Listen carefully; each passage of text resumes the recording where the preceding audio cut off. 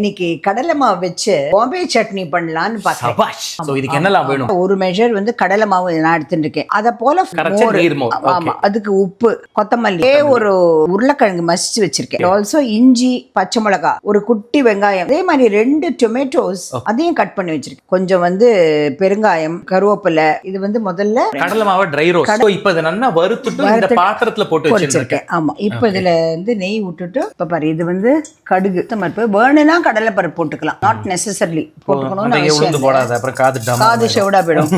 இது வந்து இஞ்சி, பச்சை மிளகாய், கருவேப்பிலை, இதை பாரு, வெங்காயம் பாரு, பெரிய வெங்காயம் குட்டி இத்தினோடு சைஸ் ஆமா எடுத்துட்டு இருக்கேன். அவ்வளவுதான். தக்காளி.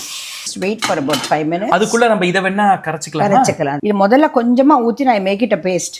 இப்போ வந்து I'm going to add this பெருங்காயம் and மஞ்சப்பொடி. நான் பண்றேன், நீ போடு. I need the கரண்டி. சாரி, அது டிப்பின் பண்ண படாத. அப்படி கிடையாது. அழகா போட்டுட்டு அதை அப்படியே குத்தி விட்டா யூனிஃபார்மா இருக்கும். அது லிட்டில் சுகர் ஆல்சோ. இதெல்லாம் பண்ணிட்டு then you add the கடலை மாவு. கொஞ்சோண்டு இதை போட்டுடுறேன். இப்போ கொத்தமல்லி, அந்த வாசனை வேற வழி இல்ல. இப்போ வந்து I'm going to ஒரு 2 சின்ன எலுமிச்சம்பழம் அந்த சாறு அணைச்சிடலாமா? அப்போ அணைச்சிட்டு மேல எனக்கு பிடிச்சது ஒண்ணு ஒரு அப்படி சுத்தீவிர, ஐயோ பாவன் எல்லா இடத்துக்கும் வரும். அப்பதான் அண்ணா சூடா இருக்கிற செட் தோசையை வந்து இந்த பாம்பே சட்னி அதை விட சூடா இருக்கு. முக்கி